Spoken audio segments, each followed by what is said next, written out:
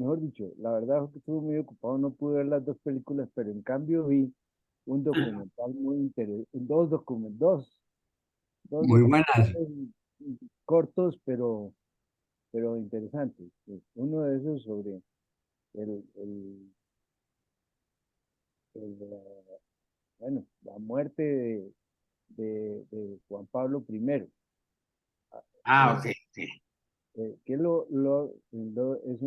un canal católico, es un cura que habla con otro cura, pero el cura con el cual habló es un cura gringo de 70 y pico de años. No comparto todas sus opiniones, pero él sí vivió en una forma muy, y recuerda muy bien todas las intrigas en el Vaticano y lo que pasó, lo que pasaba entre los cardenales y el Papa. Entonces, finalmente habla de la muerte Súbita. de Juan Pablo I, ¿Cuánto que estuvo él vivo como papa? yo no sé, ¿Tres Papa meses? fue muy poco, fue treinta y cuestión tres días. eso es, Ven, 3 días, algo ¿Cuánto? así, como treinta y tres, tres días. como- La edad de Cristo. sí, Ujú. y resulta que lo- Las- el final, pues eso ya lo sabemos todos, que fue que el cura se murió. Pero lo más interesante es todo el desarrollo de lo que sucedía en el Vaticano en ese entonces. Y que Mm. finalmente, a este le preguntan, bueno, ¿usted qué cree? Que el Papa lo mataron. Y entonces dijo, mire, yo mismo le pregunté a, a otro cardenal, le dije que si él creía eso. Pero dijo, hay muchas formas de morirse. Y entonces, eh, lo que al final de todo él mm, manifiesta es que la tarde, el, al tercer día de estar él de obispo, de papa, el cardenal Benelli, que era uno de los, es que hay que conocer todos los personajes, por eso es muy interesante el, el video completo que vi, pero entonces Cardenal Benelli era uno de los que descubrió que el cardenal Cubini era masón. Y entonces habían encargado a, a un cardenal, al que fue nuncio aquí en Colombia, un canadiense, español, y lo encargaron de hacer la investigación, y el tipo duró 3 años investigando a las 800 personas que había en ese entonces en el Vaticano. Y la conclusión que llegó y fue que había pues una buena cantidad de masones, entre esos estaba el cardenal Aníbal Buchini, algo así, ya no me acuerdo bien. Y entonces la recomendación que le hizo tanto a Paulo VI como a Juan Pablo I era no, primero sí, a Pablo VI y a Juan Pablo I era que este cardenal había que, pues, entre otras cosas, porque eso era condenado por excomunión. ¿Sí? Pero bueno, ese no era el punto, sino Está muy todas claro las que no cosas, quería ver la película, ¿no? todas las cosas, sí, no, Mm. la doy por vista. Bueno, entonces finalmente el, el cardenal, un cardenal Baggio, cardenal Bayo fue muy, era uno de los masones y era pues, con un ego y una pretensión enorme. Y al tercer día, cuando lo llamó el, el Papa Luciani a hablar con él, le dijo que no, que era que estaba sumamente ocupado por la mañana, que tenía reuniones con no sé quién y con no sé cuándo. Él le dijo, no, entonces pero por la tarde, no, no, no, es que por la tarde también tengo, dije, bueno, entonces era un tipo muy conciliador, Luciani, entonces le dijo, no, véngase a las 8 de la mañana, lo espero aquí a las 8 de la noche. Y fueron, y según todas las demás personas que relatan, tuvieron una discusión en que el cardenal Bayo se levantaba y gritaba, y, y fueron 2 horas después de reunión y de gritería, y 3 horas después el otro cura que se murió, lo mató en infarto, lo mató en infarto. Eh,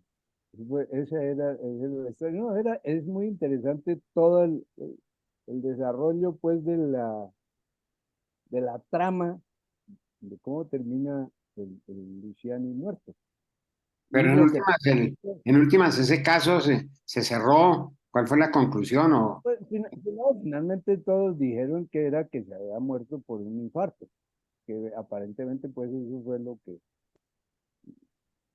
que sucedió. De todas maneras, pudo haber sido la contrariedad y la pelea con el otro lo que le causó el infarto, no necesariamente que lo hubieran envenenado. Bueno, eso ya son otras especulaciones. Pues lo interesante es que eh, eh, cuando cuando le pasaron esos papeles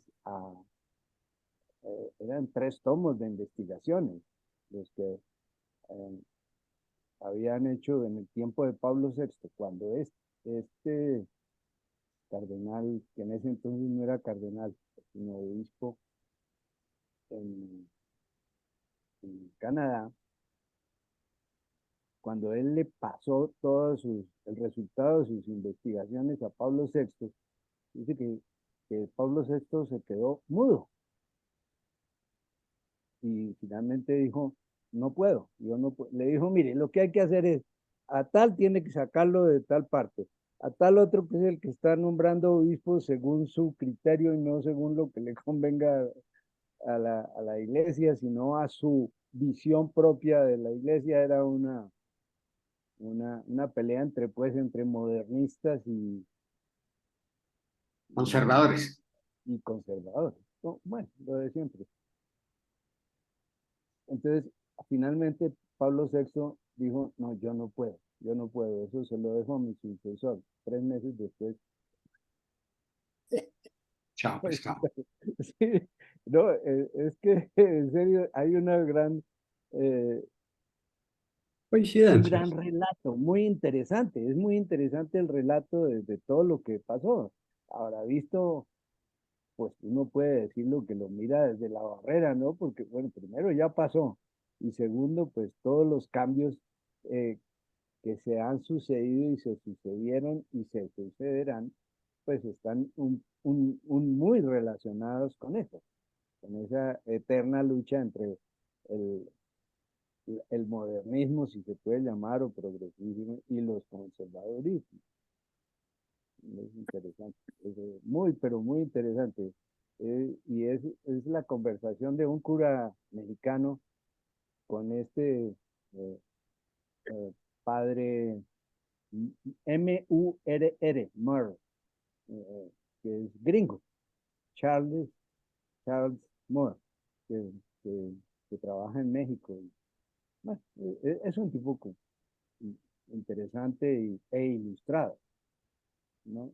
Puede que uno no comparta todos sus conceptos, porque él, por ejemplo, su gran concepto es de que el problema es con la iglesia de que ya no es como era antes, entonces sí, que los cambios que indujeron con el Concilio Vaticano II y el desarrollo de los mismos, a los cuales contribuyó en su manejo este cardenal que era Aníbal, mm, Maximiliano, no me acuerdo, eh, que él era el masón, era uno de los masones. Entonces, la manera en cómo estaba orientada la cuestión. Y que la segunda cosa que siempre le dijeron a todos era que el Banco Vaticano tenían que acabarlo. Eh, y Esa entonces, es una historia cuando, sin fin.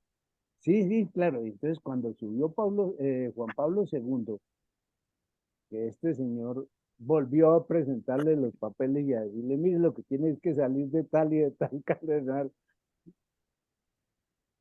y acabar con el banco. Entonces, el mismo Juan Pablo II era como en ese punto más, muy, bueno, siempre lo fue muy conservador, muy ponderado y más bien tirando a revertir las, los cambios que hubiera. Entonces, no, dejémoslo así, que ahí va. Y entonces al que debería cambiar de sus colaboradores nunca lo cambió. Y el otro, el tercero, le decía, mire, esto es más grave de lo que usted piensa. Eh, su vida corre peligro. Entonces, hasta que no sufrió el atentado, no lo no cambiaron al otro. Es muy interesante. Yo no sé, pues, qué tantas de esas cosas sean meras coincidencias y cuántas. El padre ese el gringo que habla de esa cosa, habla con mucha autoridad y yo creo que lo que él dice es real. Sin embargo, pues, ahí sí que es cierto que habría que ver cómo es la historia realmente. Pero Bueno, entonces, y ¿qué? escribe un libro que se llama El asesinato del grado 33, una cosa así. Creo que sí es como se llama el libro, que relata esas cuestiones. Ok. Le entramos entonces al exorcista del Papa, que eso va en la misma línea. Por supuesto. La idea, perdón, porque yo no estaba y no pude hacer, era ver una o dos, o esas dos, la del exorcista y la otra era un hombre, el hombre de Roma. El exorcista del Papa, un, un Por eso padre, era una, y la otra era Roth, El la hombre de de Roma. Oppenheimer. el hombre de Roma. Bueno, pero bueno, ¿quiénes los vieron? Ahí tengo la presentación del exorcista del Papa para ver si con eso basta como para tener una discusión, bueno, más que discusión, una ilustración con la ayuda de Ferdi sobre el tema. El tema es tan vigente como, como hace tantos siglos atrás. Adelante. ¿Sí? ¿Le damos? Sí, hágale, Claro. hágale. Claro. Ok, entonces déjame hago el share screen.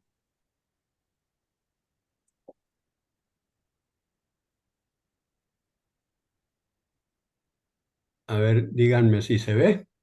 Está bien y está completa. Pues ¿Y está completo? Segundito, que no se me perdieron ustedes. Un segundito. Ok, ahora sí. Bueno, El exorcista del Papa, presentación en agosto 30. ¿Y qué pasó? ¿Por qué no? Aquí está. Este es el afiche de la película con el que ha sido anunciada la presentación oficial.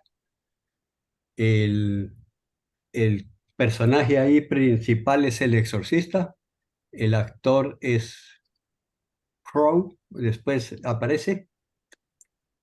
Este es la ficha técnica. El exorcista del Papa está dirigida por Giulio Saveri, no lo tengo aquí, la foto. El protagonista es Russell Crowe, es este.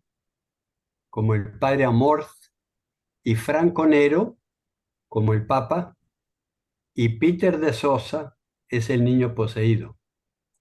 Pero ahí quedó poseído, o eso es antes de la posesión. Eso es antes de la posesión, sí.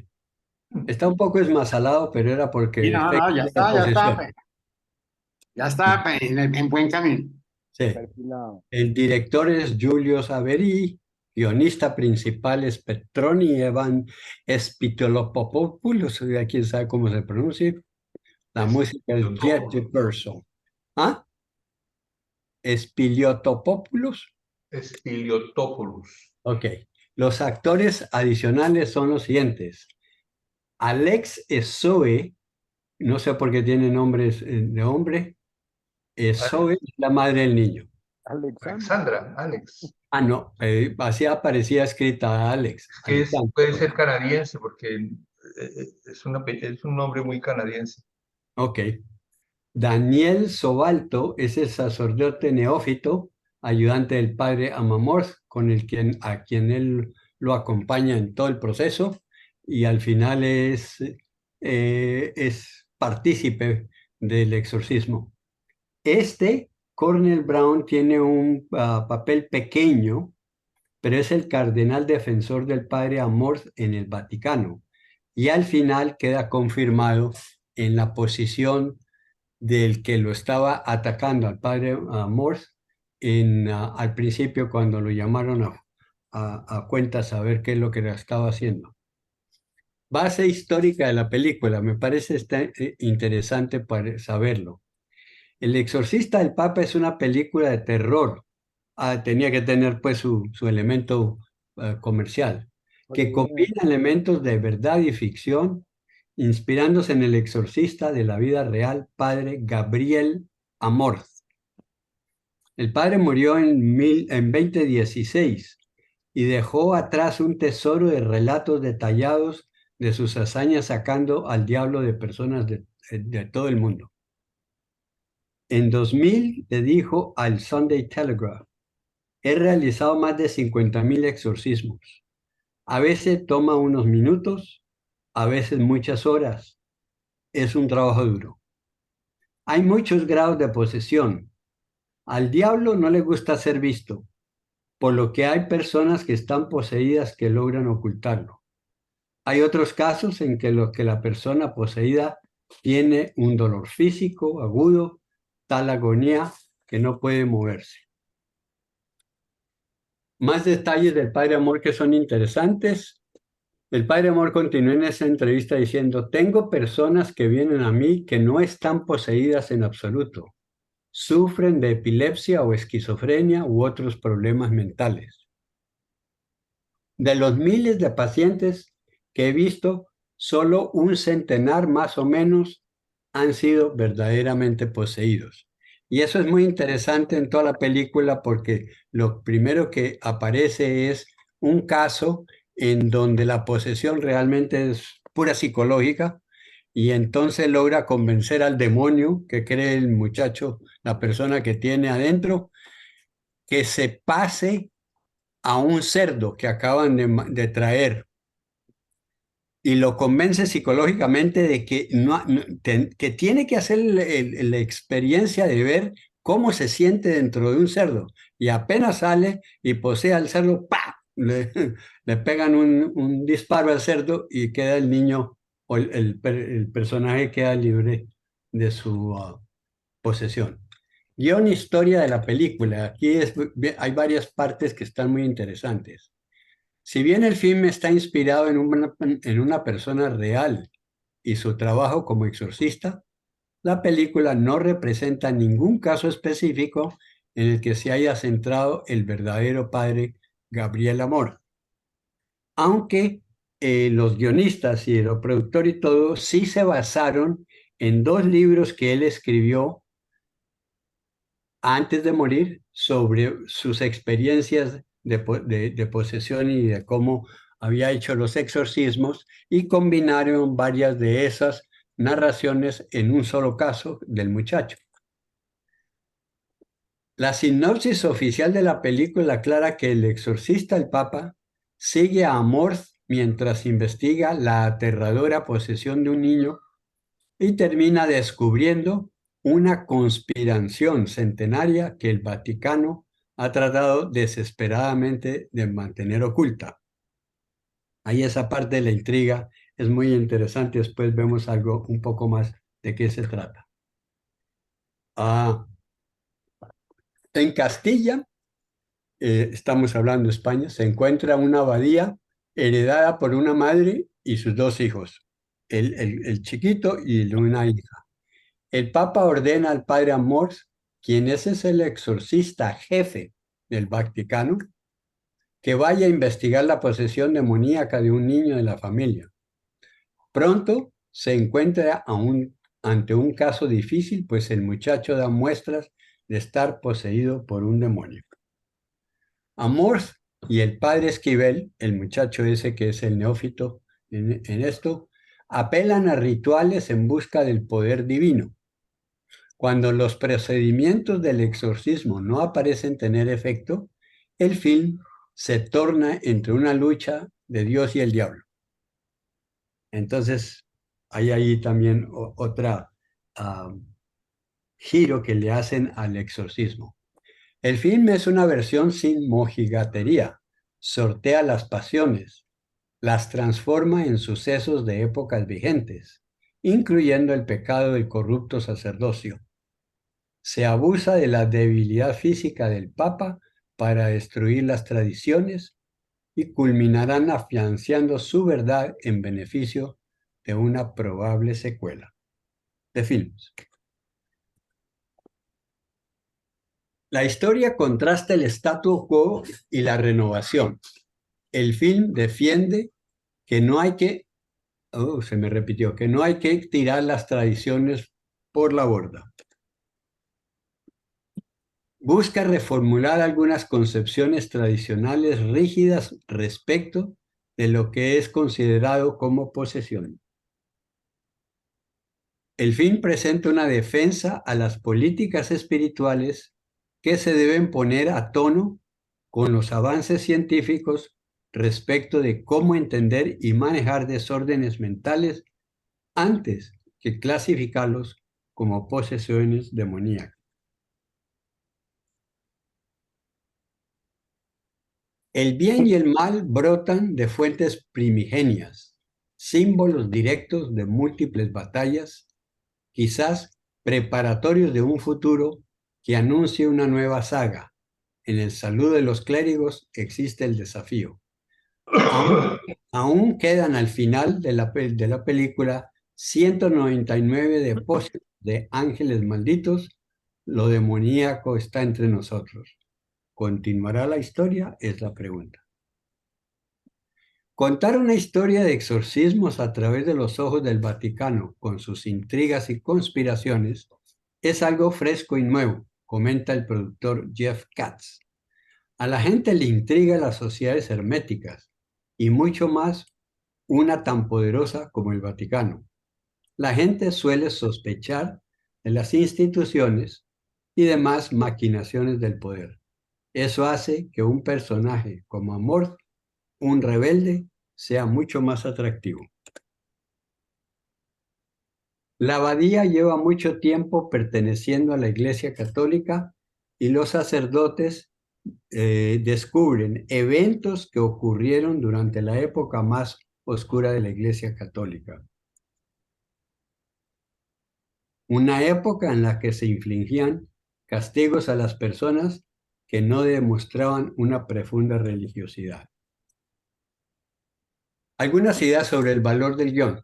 La premisa principal de la película parte de una descripción incluida en la Biblia sobre Lucifer y los ángeles caídos. La forma en que se les echa del paraíso es condenarlos a estar en la tierra. Pero, ¿han sido derrotados? Ese es el gran argumento que se revela a medida que avanza la película, cuando los curas descubren con quién están lidiando. Los demonios de la película pueden parecerse algo exagerados, aunque las perturbaciones causadas por las elecciones libres dan la impresión de que pueden tomar el control de nuestra vida. Valor del film. Presenta una alternativa científica a las múltiples posesiones que son más trastornos psicológicos y mentales que por ende se deben tratar clínicamente. Presenta una forma plausible de cómo el Vaticano mantiene férreo control de la información que no desea compartir abiertamente por sus razones religiosas. Deja abierta a la posible interpretación del origen factible de la Inquisición y sus consecuencias funestas en aquellas personas condenadas más por fanatismo que por razones lógicas o científicamente entendidas.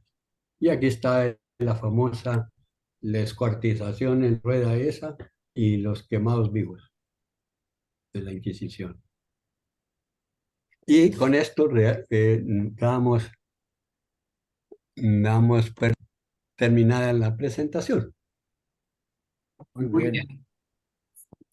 Es muy interesante dentro de los cortos esos que yo no alcancé a ver completos. Hay uno que es una entrevista justamente con el padre de ese amor, eh, en la cual habla, entre otras cosas, él le preguntan acerca de la película original del Exorcista. Entonces él decía que sí, que a él sí le parecía que tenía razón, que obviamente no había que perder de vista al mirar la película y entenderla, que se trataba de una producción de Hollywood, que por lo tanto pues tenía una serie de características que sí se podrán ver, me imagino yo, en este y en la película de la cual se está haciendo el comentario ahora, la del Papa. Eh, y es muy interesante porque aparentemente ese padre Amor era una persona culta, y había estudiado psicología o cuantas más cosas, y, y, y el hecho de que reconozca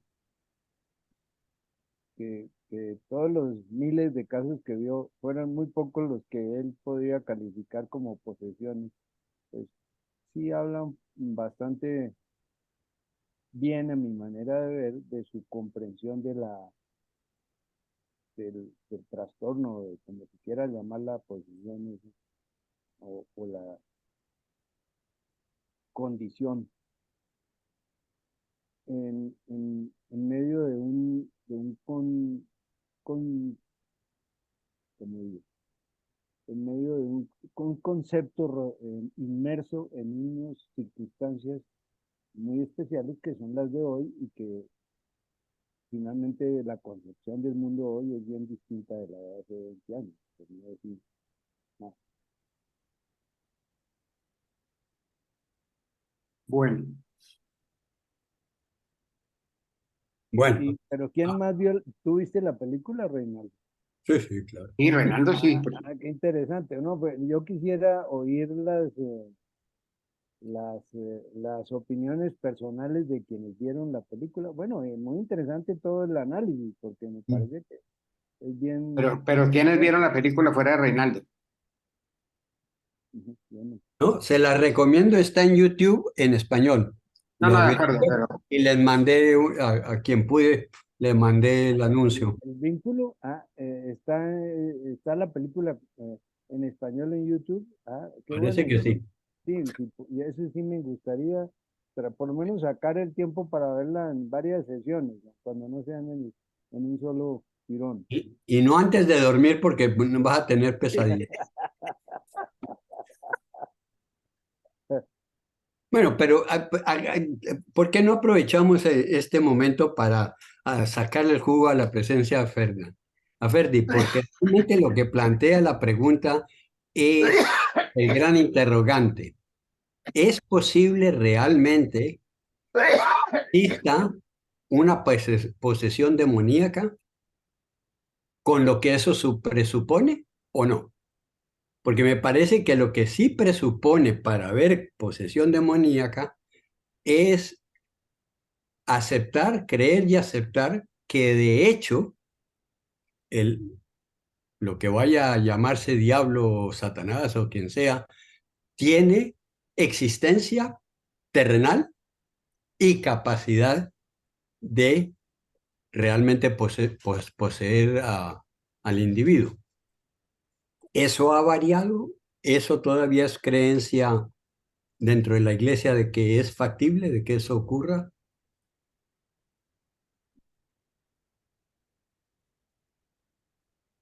Fernando. Ah, ¿es para mí la pregunta? Ah, sí, Sí, sí, pero señor. ¿quién más? ¿Quién más de nosotros está allá? Es para hoy la tarea. El Vaticano. ¿Quién más está Pero, haciendo? escúcheme, pero yo estoy Dormido. un poquito dormido y mucho dormido, muy cansado. Ok. Vean, hoy, sí, escuchando estas cosas, yo no soy muy experto en esto, pero lo único que yo podría decir es que lo que la iglesia sí destaca, subraya, lo subrayó muy claramente Pablo VI, eh, Juan Pablo II me parece también, pero no recuerdo, Benedicto XVI también y el Papa Francisco, es la existencia del espíritu del mal. Es decir, eh, el diablo o Satanás o Lucifer. Todos esos son términos que hacen referencias al divididor, al que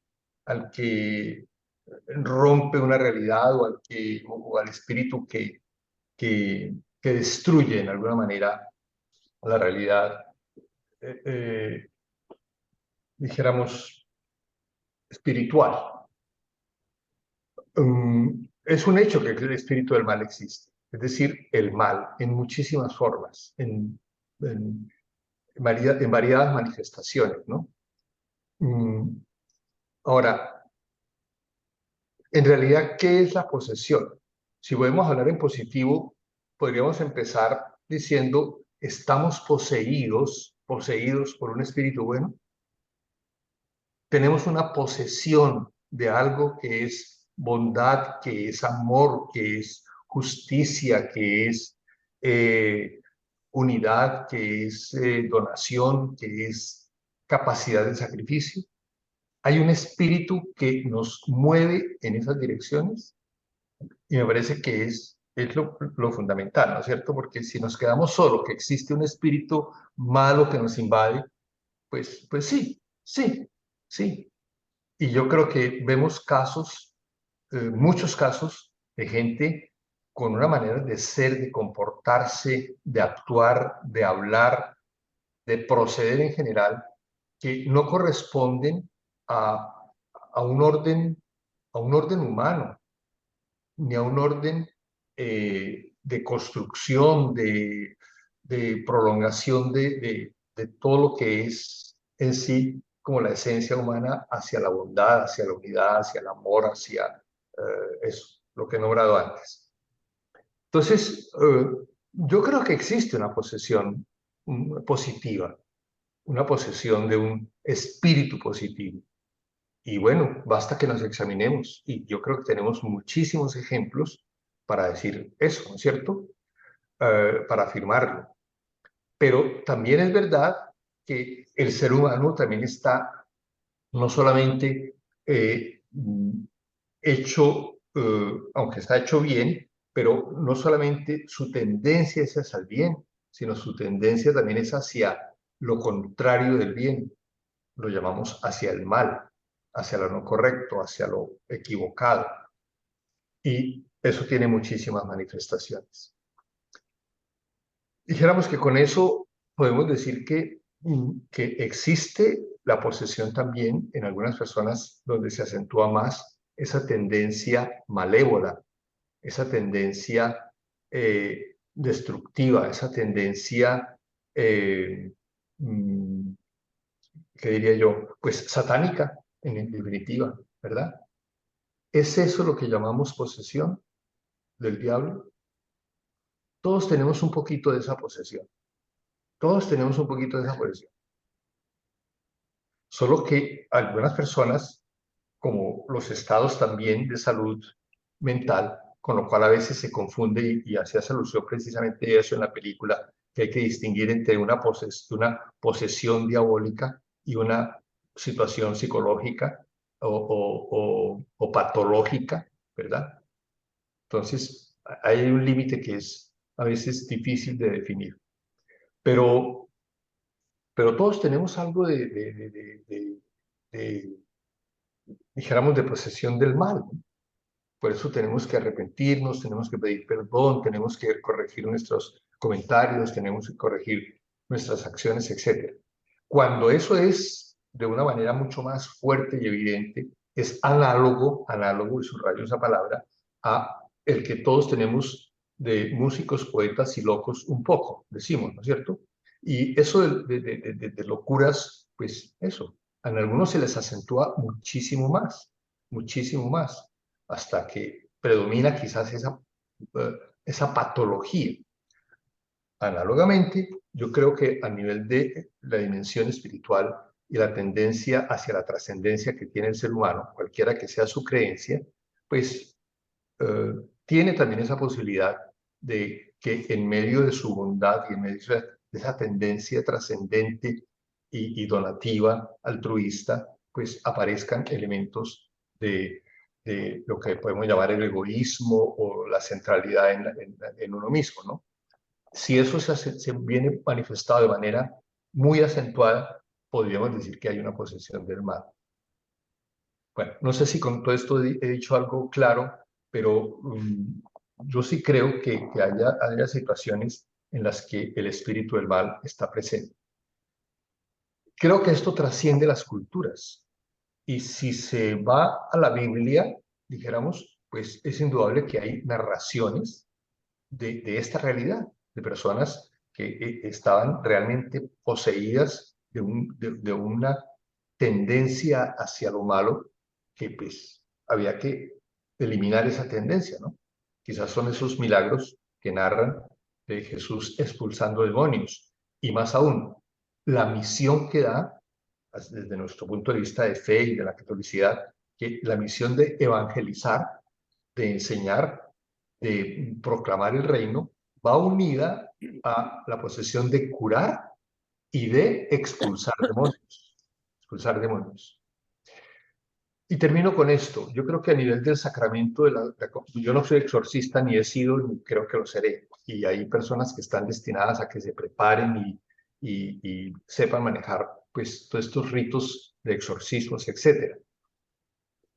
Pero, dijéramos, a un nivel ordinario, yo sí podría decir que a nivel del sacramento de la reconciliación, yo he podido percibir que hay espíritus del mal que salen de las personas por las palabras que uno les dice, por la forma como las acoge, por la forma como Dios le inspira a uno para ayudar a la persona en 3, 4 minuticos, 10 minutos de conversación, cuando hay más tranquilidad de hacer una reconciliación, una confesión más tranquila, pues hay personas que se sienten liberadas realmente, y liberadas de situaciones críticas y difíciles. No las pongo a nivel de un exorcismo como nos muestran en la película o como se han narrado quienes han tenido experiencias de este tipo más curiosas y raras. Bueno, hasta ahí por el momento. Yo no sé si sirve eso de algo y es claro lo que digo. Sí, muy claro. ¿Alguien tiene alguna experiencia personal o alguna idea o alguna reflexión al respecto? Daniel, dale muchacho. Y Marcelino. Es posible, habrá algún científico que pueda diferenciar entre una enfermedad psíquica y una posesión, porque hay enfermedades psíquicas que son tremendas. No sé si ya hayan hecho o hacen eso previamente a un proceso de exorcismo. Hay algunos, Precisamente en la película, de entrada, eso es lo que hace el padre Amorth, el que hace el papel del padre Amorth, es mostrar la diferencia entre un caso psicológico y un caso después que él va a confrontar de posesión que llama ya demoníaca. Ah, pero él lo puede hacer como alguien lo anotó, es porque él realmente estudió psicología y entonces el tipo realmente sabía los elementos de detectar una anomalía psicológica. Entonces lo confrontaba a ese nivel y daba una ayuda a ese nivel que no necesitaba utilizar ninguno de los rituales de exorcismo, sino simplemente el cómo le sugería al poseído a salirse de su demonio. Es que es una opinión muy personal la que voy a expresar. Al igual que Fernando, yo sí creo en la existencia del mal. Y en ese sentido, pues el diablo es como, por decirlo así, la personificación, ¿no? Y le dan los nombres diferentes que quieran las personas, las culturas, etc. Eh, el hecho de que, lo tomo yo, de que predomine el mal sobre el bien, eso también es en parte la escogencia de la persona. Eh, en este sentido, a lo largo de lo que es la vida de uno, uno va teniendo situaciones en las cuales tiene que escoger miles de cosas. Eh, cosas tan simples como robar o no robar. Pero el que escoge robar cada vez va siendo más ladrón y se va acrecentando en su interior ese, esa faceta de maldad. Lo mismo el que aprende a tirarse a los demás. Es una manera de despreciarlos por razones psicológicas, o lo que yo quiera, eso puede ser motivo de un análisis muy profundo en otros aspectos, al igual que el robo y al igual que el engaño y, bueno, todas las manifestaciones negativas de uno. Y entonces yo pienso sí que existe, y en ese sentido, la posesión es simplemente algo que uno mismo ha desarrollado, ha acogido y ha defendido, acunado y hecho progresar, al igual que pudo haberlo hecho al contrario. Y eso es, digamos, es una demostración de santidad, el ser bueno en determinadas ocasiones, el siempre estar escogiendo, eh, haciendo escogencias acertadas. Lo mismo, uno no se vuelve bueno de un momento a otro, es a lo largo de una existencia que va escogiendo una u otra manera de ser. Y en ese sentido, cuando se transforma en una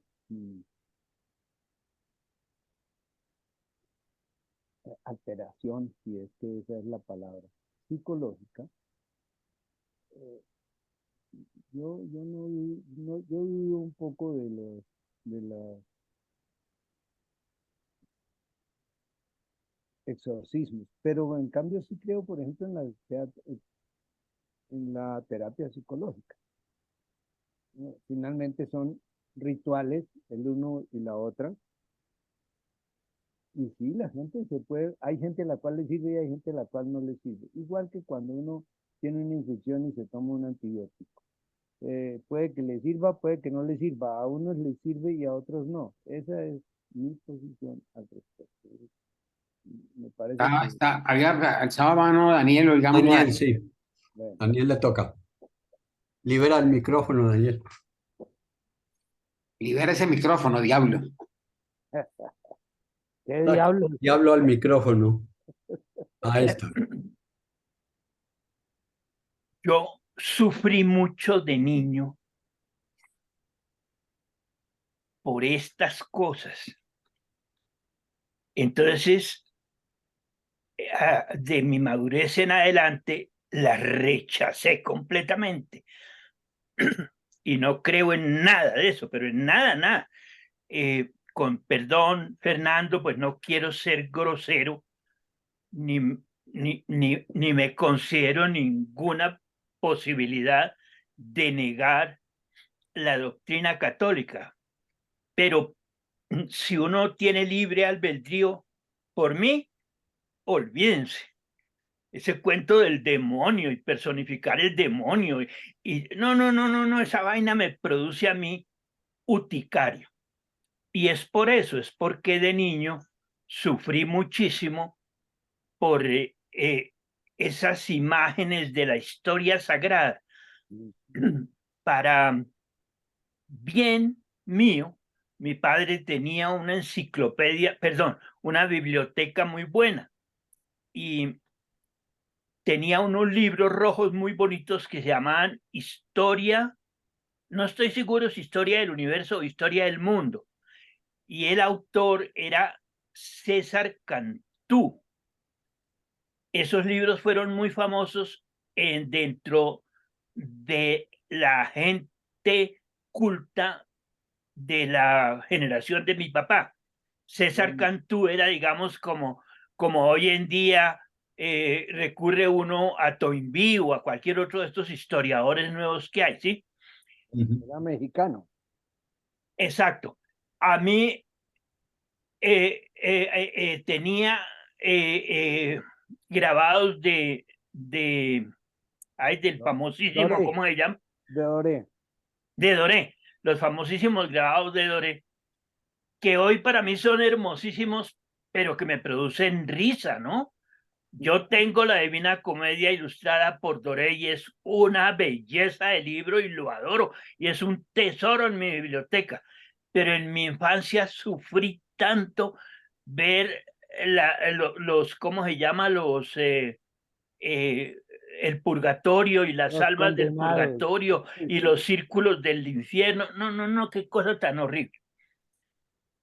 ¿Por qué digo esto?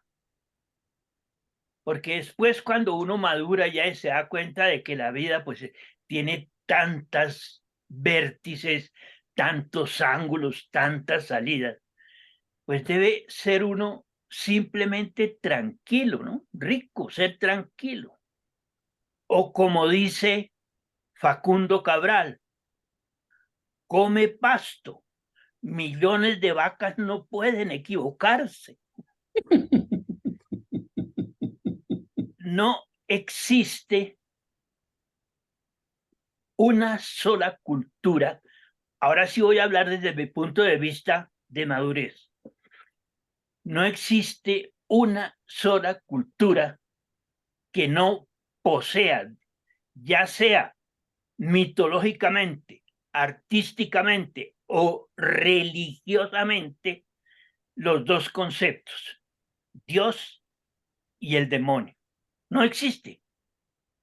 Todas las mitologías, todas las religiones e inclusive todos los científicos de todas las corrientes tienen dos pesos en su conciencia que no pueden solucionar. Tan bello lo que dijo Fernando, te felicito, Fernando, pareció tan chévere la increíble fuerza del bien, que desafortunadamente, desde mi punto de vista de madurez, no tiene fans. Como que las cosas del bien son como aburridongas, ¿no? Ay, ya va a hablar de San Francisco de Asís, ay, qué mamera, ¿no? Todo lo que tenga que ver con el bien, la gente como que le importa un carajo. Pero hay un universo de satisfacciones a través del bien. Se siente uno tan agradable cuando hace el bien. Me siento tan orgulloso de ser Gonzaga porque me enseñaron a no hacer mal. Y me siento tan terriblemente incómodo cuando hago el mal. Y a mí me parece, Gonzaga, me parece terrible que en el universo es al revés.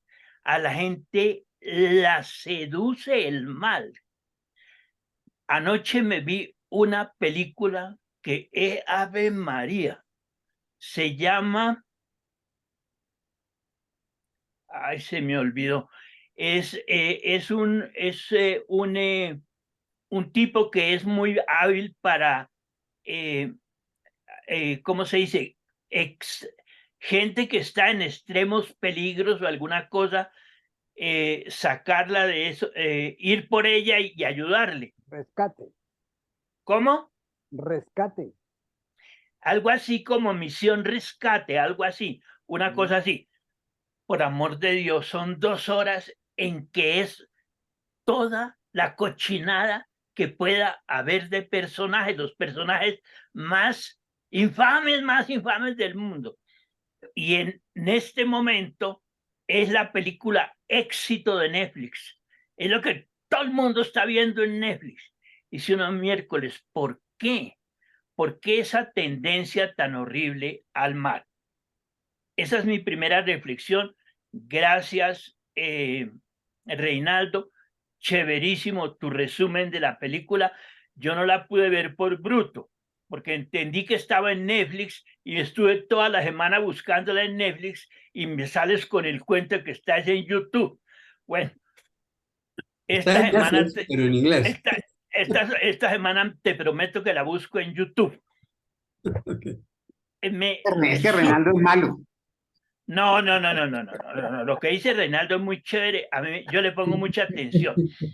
A Es que el mí, diablo es seductor, el seductor. a mí me duele un poquitico ver esas cosas, Reinaldo, y como no creo ni 5, pues las tomo como diversión. Pero no importa. Quiero decir otra cosa. Desde el punto de vista científico, lo que me parece más interesante, Reinaldo, de tratar estos temas es que hay un recurso humano de buscar suavizar el mal para poder hacer el mal. Tengo un cuento chévere precisamente en nuestras mitologías del río Magdalena. Yo tengo un artista, amigo mío, que ya se murió, se llamaba Fernando Davis. Él era de Honda y se sentía muy orgulloso de ser de Honda. Entonces, cuando ya tuvo, digamos, un poquitico de peso como artista, se dedicó a dibujar sobre los mitos del río Magdalena. Y ya me acuerdo un día, más o menos como lo que estamos haciendo hoy, hablando sobre el problema de la maldad que influye tanto en las acciones de los hombres y que es tan perjudicial y tan difícil de manejar. Por ejemplo, fíjense en este momento esa idea de Petro de la paz total, hacer transacciones con los carteles mexicanos. Dice uno miércoles que sacadón de ojo tan imposible, ¿no? Personalmente, a mí me parece interesante que se hagan esas cosas, pero pensar que la paz total es hacer transacción con el crimen, sí, pues no sé, a mí no me convence, pero bueno, de todas maneras, algo es positivo de que por lo menos se hagan esas cosas. Pero lo que quería decir no era eso, me perdí yo mismo con yo mismo. Lo que quería decir es que en la mitología uno puede ver cómo hay unos desahogos con el mal muy personales y que hacen muy interesante el tema que nos trae Reinaldo hoy. Imagínense que las muchachas que viven a orillas del río Magdalena viven asustadísimas por un ente que se llama el Muán. ¿Habían oído hablar del Muán en el río Magdalena? Claro, hasta Ya lo que no, conocimos. a que no saben qué es el Muán. El Muán es un avivato espíritu, ¿no? Así un poquitico medio picaresco, que una muchacha que se acerca al río a lavar la ropa y al man le gusta, la lleva y se la manduquea el man, y la pobre muchacha queda con su paquete chileno responsable. Me contaba mi amigo Fernando que el cuento es muy divertido. Lo que pasa es que las muchachas que aprovechan al novio antes y se comen las onces antes del cuento y no pueden decir que fue el novio, entonces le echan el pato al muán. Y entonces así no les hacen nada, ¿no? Así no les dicen nada. Fíjense en lo chévere que es muy parecido a lo que dice Jung. Hay un montón de prototipos en la psicología humana y los utilizamos y los manejamos a nuestra manera. Es muy chévere ver la película que Reinaldo nos aconseja que veamos y mirarlo desde ese punto de vista. ¿Cuáles son las salidas que la persona está usando y para salirse con qué y con la suya por qué y el cómo, etcétera, etcétera? Y obviamente obviar de alguna manera, meter en eso al Vaticano. A mí me da una risa que al Vaticano terminan echándole el pato de todo, ¿no? Entonces, si los curas son maricas, entonces la culpa es del Papa porque el Papa no hace nada. Y es del obispo porque el obispo no hace nada. No, cada persona maneja sus situaciones. El bien se maneja porque yo quiero manejar el bien. Entonces me imagino que el mal se maneja porque esa persona quiere manejar el bien. Entonces son problemas muy individuales.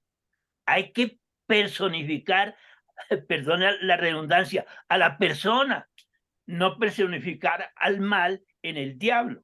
Pero son mis opiniones respecto de esta interesante película. Me imagino que cada uno de nosotros pensará de una forma muy particular. Perdonen si me extendí mucho. No. Si no hay alguien que quiera compartir, yo quisiera añadirle a la reflexión, sobre todo a lo que exponía Fernando, una problemática teológica interesante. Si Dios es el perfecto creador de todo, Dios no puede crear el mal. Es imposible en su esencia de bondad y perfección crear la maldad. No cabe. Eso sería una contradicción en lo que sería la definición de Dios.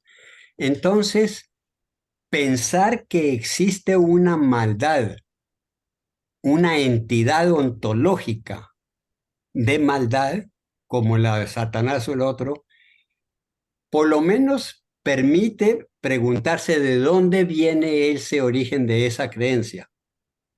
Y realmente en la película está bien clarito que el origen es la narración de el libro de la Revelación, en donde hay esta rebelión en el cielo. Lucifer, con un tercio de los ángeles, se rebela contra Dios porque se rehúsa a reconocer al hombre que es inferior a él como ser creado por Dios, y entonces viene Miguel Arcángel y entabla en la lucha cósmica allá arriba, vence a Lucifer y lo manda a la tierra en castigo.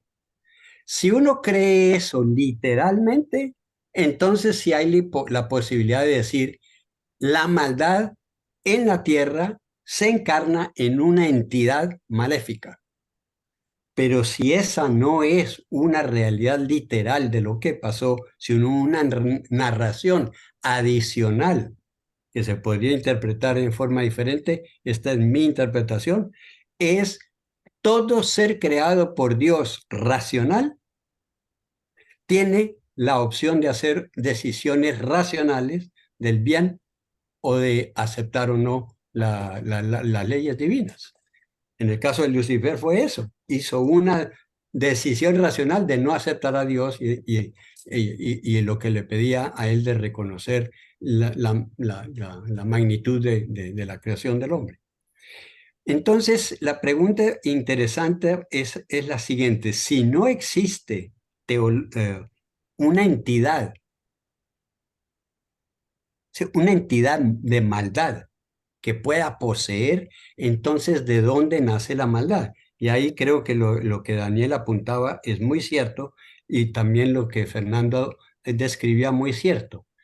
Porque cuando uno fríamente comienza a analizar lo que decimos maldad en la historia de la humanidad, siempre se reduce a que un individuo o una colectividad de individuos decidieron una vía de hacer la maldad y crearon una entidad de maldad que hasta el día de hoy está permanente en la historia de la humanidad. ¿Cuántos años, hacía grosso modo, estuvo la esclavitud presente en la historia de la humanidad? Todavía sigue. No, digo, sí, todavía sigue, pero oficialmente, ¿cuándo terminó? El decreto de la esclavitud ya no es permitida como una actividad comercial validada comercialmente y por la ley y defendida por la ley.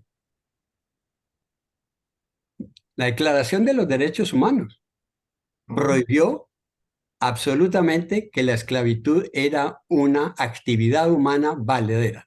Ok. Entonces tú dices, sí, hoy en día se llama tráfico de personas y sigue el mismo sistema.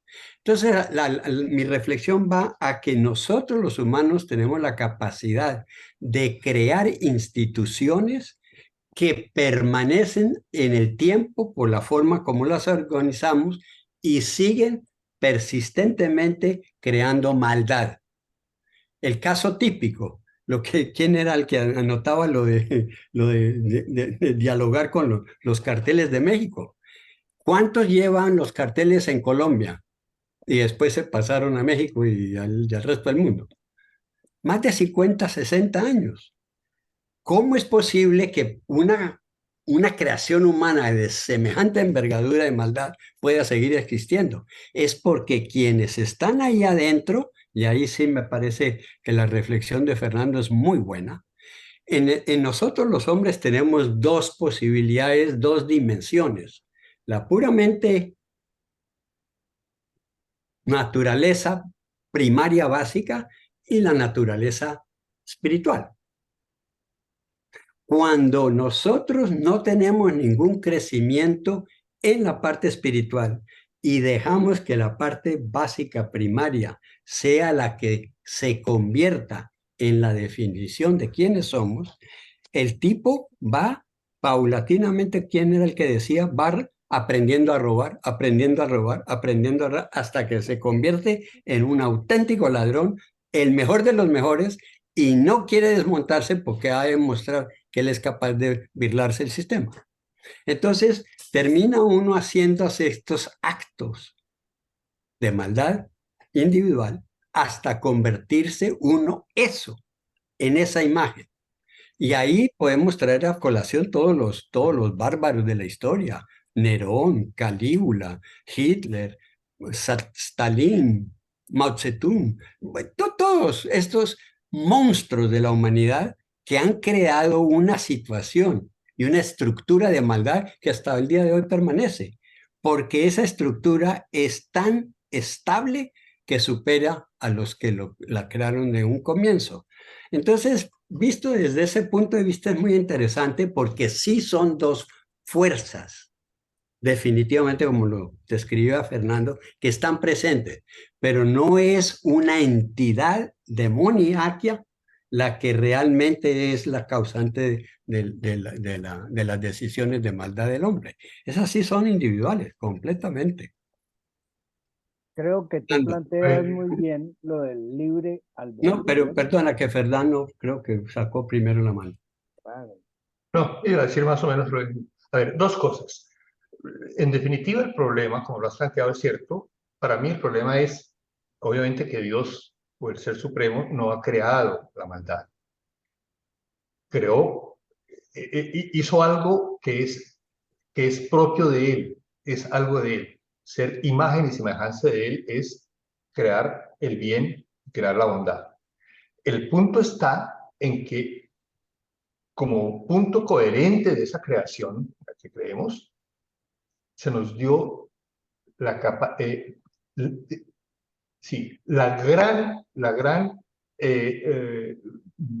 capacidad de elegir. Es decir, se nos dio la libertad. Si no, seríamos unos muñecos y unos títeres de un ser superior. Entonces, con esa libertad es cuando decidimos ir creando caminos contrarios a esa bondad inicial que está puesta en nosotros. Y vamos creando esa atmósfera, ese ambiente, esa actitud o ese modo de proceder incorrecto que llamamos maldad, pecado, y que tiene como su fuente una entidad espiritual que se llama el divididor, el que nos divide, el que nos separa, y por eso nuestra libertad cae ahí, en esa actitud diabólica o satánica, que las palabras originales de esos términos indican otra, no es un hombre con cachos y con colas y con tridentes, sino es esa realidad divisoria, esa realidad que nos parte, nos rompe. Una cosa. Y dos, brevemente, oyéndolos, ustedes, creo que todos los aquí presentes, exceptando Daniel y yo, creo, no tenemos hijos, ¿no es cierto? Biológicos. No sé si haya datos de otros municipios, Daniel, pero creo que no es así. Chismoso. Pero examinen ustedes sus hijos, que no salen igualitos. ¿Cuándo ellos empezaron a querer que el mundo girara solo en torno a ellos? Primero yo, el pedazo más grande para yo, mamá que yo quiero, papá, y hacen el berrinche. ¿De dónde salió ese berrinche? Eso no se lo enseñaron ustedes, me imagino. Y eso empieza desde pequeñitos, ¿no es cierto? A defender su terreno, a defender su criterio. Obviamente van poquito a poco creciendo en un manejo adecuado de las situaciones por el ejemplo, las correcciones, lo que sea. Pero espontáneamente va apareciendo la pelea entre hermanos. ¿De dónde surge la pelea entre hermanos? Eso no se lo enseñan los papás. Fomentarán de pronto alguna preferencia, así, pero esto descubre el niño, ¿no es cierto? Entonces, ya hay una tendencia a ese manejo de la libertad en los niños muy inconsciente todavía, obviamente, pero que después, poco a poco, si uno va alimentando esa realidad, poco ya lo que decía Reinaldo, pues se va generando todo ese espíritu de maldad en el mundo, que se inserta y a veces nos coge todo el ser, nos posee más esa tendencia, esa fuerza y esa realidad que brota de un egocentrismo pues muy profundo, ¿verdad? Bueno, pero quería solamente subrayar que el origen del mal es precisamente a partir de la libertad del ser humano. Alguien levantó también ahí, Daniel, ¿sí? Me fascinó lo que dijiste. Existen dos fuerzas y están en cada uno de nosotros. La primera fuerza se llama inteligencia, la segunda fuerza se llama voluntad. La primera fuerza maneja todo lo que nosotros llamamos ideas. La segunda fuerza maneja todo lo que llamamos sentimientos y pasiones. Para mí, esa es la solución de este problema. Hay ideas válidas, ideas constructivas, ideas valederas. Y hay ideas destructivas, ideas no válidas, ideas perjudiciales. Y de la misma manera hay sentimientos positivos y pasiones positivas, sentimientos negativos y pasiones negativas. Eso que dijo Reinaldo sí me convence plenamente y como se lo subrayó Fernando, me convence plenamente. Aconsejo leer dos autores muy interesantes. René Morin. Morin. Sí, René Morin, Historia de la infamia humana. Mm. Maneja perfectamente bien este problema sin necesidad de diablos, ni de demonios, ni de exorcismo, ni de cosas de esas. Y el otro, también muy bueno, es René Hugh. Alcanzaré, no se ve un carajo, ¿no? Sí, sí, No, el arte moderno, No. el mundo moderno. Aquí, René, aquí Hugh. donde tengo, Hugh. Acércalo más, acércalo más, acércalo más. René Huyge. Hughes. René Hugh. Este tipo sí es la maravilla de las maravillas. Él dice, todos los hombres nacemos con las dos fuerzas, porque todos los hombres tenemos inteligencia y tenemos voluntad. Y hace dos apropiaciones muy chéveres. La educación que nos dan maneja muy bien, que lo dijo Fernando ahorita, los procesos positivos de la razón, de la inteligencia. Y esa misma educación ha descuidado completamente los manejos positivos de las pasiones.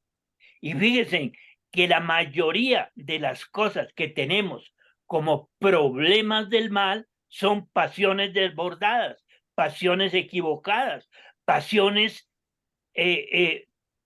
contra la propia humanidad. René Hughes dice, es muy interesante que los hombres nacemos con voluntad y con inteligencia y con una inclinación bastante preponderante hacia la una o hacia la otra. Y es muy difícil encontrar hombres en los cuales haya equilibrio, tanto en sus ideas como en sus pasiones. Por lo general, uno tiende a ser más pasional y otros tienden a ser más racionales. Lástima que la educación no eduque en las pasiones de la misma manera que educa en la razón. Y me acuerdo de un programa de televisión que hacía, ahora se me olvidó el nombre, el mismo que hacía el Chinche, pero ¿cómo se llamaba ese señor que era tan chévere? En un, Ulloa. Yo, no, yo Chinche es Ulloa. el artista, el Ah, director era, no hubo importa, varios. Pepe Sánchez. bueno, se me olvidó. Hay un capítulo buenísimo. Está una pelada agarrada con su familia por un novio que tiene.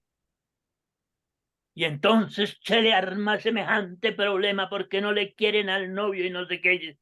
Entonces viene el papá y se sienta con ella y le dice, mi amor, ¿por qué no te tranquilizas un poquito? No es que queramos hacerte mal, es que queremos que te vaya bien. Ay, ¿por qué me tienen que decir a mí? Porque yo tengo que hacer el bien y con quién me tengo que enamorar. Precisamente, mijita, porque fíjate que durante mucho tiempo nos han dicho, piénsalo bien, pero nunca nos dicen, siéntelo bien. ¿Estás segura que tu sentimiento por ese muchacho es para el bien o para el mal? Me parece tan chévere ese ejemplo a mí. Muy bien. ¿Alguien más? ¿O redondeamos para Bueno, que se vaya a descansar nuestro no, pueden queridísimo seguir Fernando? ustedes, Porque pues, ahí le tranquilamente. exprimimos el cerebro esta noche. Va a leer la Biblia a ver qué hoy nos dice la próxima vez. No, voy a ver El Exorcista ahorita. La otra película que recomendaron, El hombre de Roma, está en Netflix. Ni idea. Ok, voy a mirar, no creo, pero bueno, yo busco. No, ¿La aparece viste? únicamente en YouTube un tráiler, pero el tráiler, no la Ah, película. El hombre de Roma. ¿Y en inglés se hará The Man from Rome? Sí, Sí. sí, aparece el tráiler En únicamente. castellano se llama La piel del tambor. Y en los teatros de Colombia la están dando así. En inglés se llama The Man from Rome. Correcto. Ok. ¿La dejamos esa para la próxima vez entonces? Sí. A Pero ver que quién. alguien, pero que alguien se comprometa a hacer un resumencito o alguna cosa. Sí, sí. Creo que el que lo sugirió fue Álvaro. Se lo achantamos a él. ¿Lo del hombre de Roma? ¿Eh? No, no, pero ¿y está en cartelera o es Sí, con está en Sí, cartelera en Cine Colombia, la vi yo. sí. Ah, no, pues entonces tú hazlo, ya que la viste tú, hazlo. El resumen, sí, con mucho gusto yo lo Ok, hago. muy bien, Perfecto. excelente. Maravilla. Pero esa es de aventura, ¿no? Esa no es así tan profunda como la que tú presentaste hoy. Esa es para uno pasar un rato sabroso y burlarnos un poquito de Fernando, que va a ser el próximo hombre de Roma. Va a dejar de ser el próximo hombre de Roma. Te va a dedicar a otra profesión más digna. No, es que ya llevo mucho No, pero tiempo sí acá. rico divertirnos con una película divertida. Sí, yo hago el resumen. Chévere. ¿Cómo es el nombre? ¿Cómo es el nombre en español? Pues con el que la están dando. La La piel piel del del tambor. Tú debes conocer la obra en la que está basada. La piel del tambor de Pérez Revertés. Ah, ok, ya, correcto. Sí, sí, sí, totalmente. Ok, Ya sé de qué película hablas. Hmm. Perfecto.